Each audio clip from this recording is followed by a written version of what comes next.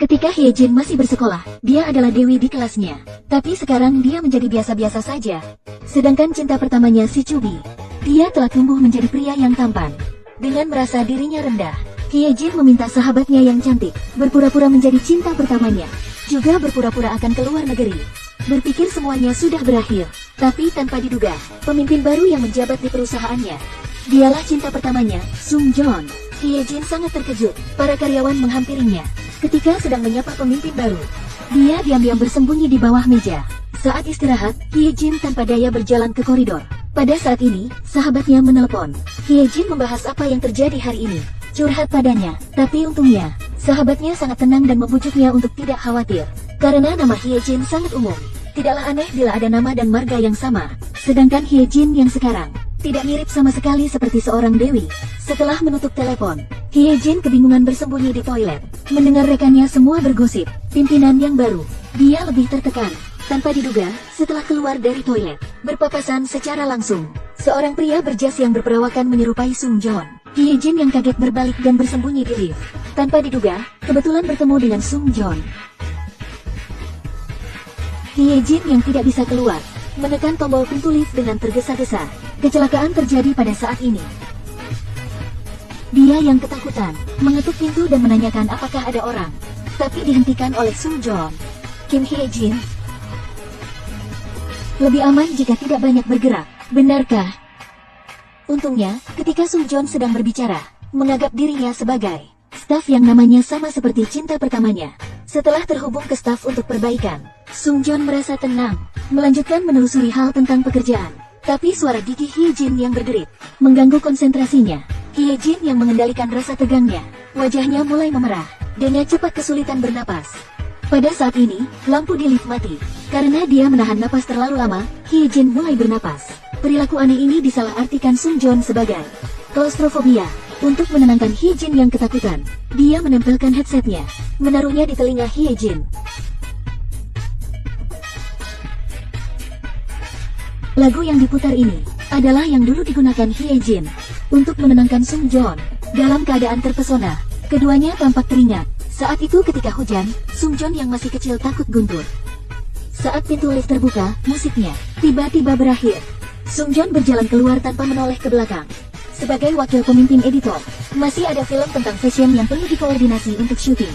Adegan syuting film fashion, modelnya semua cantik dan menawan. Hyejin, gadis magang yang datang ke tempat syuting pertama kalinya, tergesa-gesa memberi model minuman, tanpa memperhatikan bekas yang timbul dari sepatunya, menodai lantai di studio, sampai wakil editor berteriak keras, menariknya keluar. Dengan canggung melepas sepatunya, jari kaki Hyejin menonjol dari lubang di kaos kaki. Kejadian ini membuatnya merasa malu. Supervisor datang menyelesaikan masalah. Sung Joon sebagai wakil editor masih berkata kasar. Pemimpin editor telah tiba. Perhatian semua orang telah teralihkan. Pemimpin editor yang tidak modis, ketika masuk langsung menjumpai Hyejin yang menyetel lantai di depan model. Sebagai editor fashion, hal aneh bagi Hyejin adalah rambut keritingnya. Oh mama, rambutmu itu. Aku hampir pusing. Apa? Itu terlalu ketinggalan zaman. Membuatku hampir pingsan. Itu rambut. Hyejin menjelaskan bahwa dia memiliki rambut keriting yang buruk. Penjelasan yang sangat sederhana menarik perhatian Sung Joon. Cinta pertamanya juga berambut keriting yang buruk. Bedanya cinta pertamanya sangat cantik, sedangkan Hyejin terlihat sangat biasa saja. Pemimpin editor memperhatikan pakaian Hyejin yang jelek, sangat tidak suka padanya. Lalu memperingatkan Hyejin, jangan menggunakan gaya semacam ini. Jaga jarak 2 meter dariku. Dikritik oleh dua pemimpin secara bergilir. Hyejin hanya bisa melakukan pekerjaan yang paling sulit, pekerjaan yang tidak mengganggu. Sung Joon yang melihat Hyejin bekerja tanpa suara, tidak mengedipkan matanya. Setelah pulang kerja, Hyejin adalah satu-satunya yang tersisa di lokasi syuting. Ketika sahabat Hyejin, Hari menjemputnya, dia akhirnya tidak bisa menahan perasaan sedihnya. Bersandar di jendela mobil dengan pasrah. Sung Joon kebetulan berpapasan dengannya saat ini. Ketika keduanya akan saling memandang, kendaraan bermuatan karangan bunga menghalangi pandangan. Hujan deras setelah Sung Joon pulang. Dia bersandar di samping jendela, mengingat cinta pertamanya lagi saat pergi ke salon. Kamu, rambutmu. Rambut. Hah, rambutku. Masalah tentang rambutku. Simpan rahasianya ya. Oke. Saat itu, Hyejin ingin mempertahankan citranya, meminta Sung Jo menyimpan rahasia rambut keriting buruk miliknya. Sung Joon di dekat jendela memikirkan ini. Tertawa seperti anak kecil. Kemudian dia mengirim email ke cinta pertamanya. Mengatakan rindu. Hye Jin yang menerima email segera memberitahu Hari. Sebagai sahabatnya, membantu dirinya menyamar. Sahabatnya langsung menggunakan fotonya. Membalasnya dengan foto perjalanan di Eropa. Sung Joon, ini aku Hye Jin. Responnya agak lambat. Maaf. Karena harus membiasakan diri jadi sangat sibuk. Tapi sepertinya aku mampu bertahan London. Sungguh sangat indah. Bagaimana?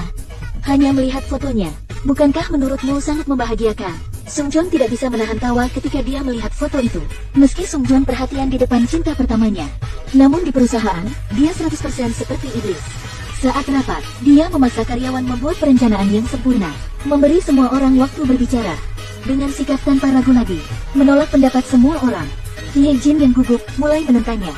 Sung Joon mengkritiknya secara langsung, membuang waktu di ruangan rapat, segera mengusirnya. Setelah selesai rapat, bahkan karyawan wanita yang awalnya punya kesan baik pada Sung Joon, semuanya marah, tak sabar menunggu hingga pulang kerja. Para karyawan bermain game bersama untuk traktiran. Sung Joon yang melihat kegiatan ini, langsung meletakkan kartu bank di atas meja. Mereka ditunjuk untuk berbicara tidak proaktif, malah menyia-nyiakan hidupnya untuk hal-hal kecil ini. Untuk sementara, karyawan tidak tahu, bukankah seharusnya senang ditraktir bos? Ketika Hye Jin mengambil paket, menabrak bosnya, tanpa sengaja berada dalam dekapan bosnya, Hye Jin baru akan berterima kasih. Ketika Sung Joon melihat wajahnya, lalu melepaskan tangannya. Saya kira kamu hanya tak bisa bekerja dengan baik. Tidak disangka, penglihatanmu juga tak berfungsi. Hye Jin yang diejek tanpa berkata-kata mengejarnya. Tanpa diduga, tidak lama terjadi kejadian memalukan. Hye Jin tidak tersenyum ketika dia melihat kejadian ini, tapi khawatir Sung Joon akan memberinya sepatu kecil lagi. Setelah berhasil mengejar Sung Joon, dia masih sombong dan memiliki nada bicara yang buruk. Hye Jin tidak tahan lagi sekarang. Kenapa kamu sangat membenciku?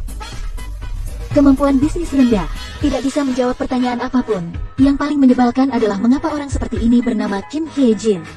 Ternyata hal yang membuat Sung Joon paling jijik adalah dia memiliki nama yang sama dengan cinta pertamanya. Di mata Sung Joon, cinta pertamanya bagaikan yang paling cantik, dan tentu saja bukan seperti dirinya. Mengingat kritikan terhadap dirinya sendiri, Hye Jin membasuh wajahnya dengan air dingin di toilet, menstabilkan suasana hatinya. Beruntungnya lagi, ia meminta sahabatnya berpura-pura menemui Sung Joon. Jika bertemu dengan dirinya yang sekarang, hanya akan membuat Sung Joon kecewa. Dia mengatur pola pikirnya. Hye Jin juga memutuskan, mulai sekarang memperlakukan Sung Joon sebagai orang asing, mengabdikan diri untuk karirnya. Ketika rekan kerjanya mengusip dengan pelan, saat wakil pemimpin editor, Sung Joon bersikap tidak baik. Dia tidak bisa menahannya, lalu berkata kencang, mengapa dia begitu pandai sejak dia lahir? Meskipun semua orang memuji dia karena tampan, apa yang terlihat bagus, jika dilihat lebih dekat, sangat biasa-biasa saja. Karakternya juga aneh, karakternya sungguh aneh kayak bom. Bukan. Itu. Wakil pimpinan editor. Wajah Sung Joon sangat buruk ketika mendengarnya. Dia yang sedang marah saat melewati hotel setelah pulang kerja. Di balik spion, melihat sahabat Hye Jin yang menyamar sebagai Hye Jin. Ketika sahabat Hye Jin menyambut tamu itu, Sung Joon tiba-tiba muncul. Kim Hye Jin,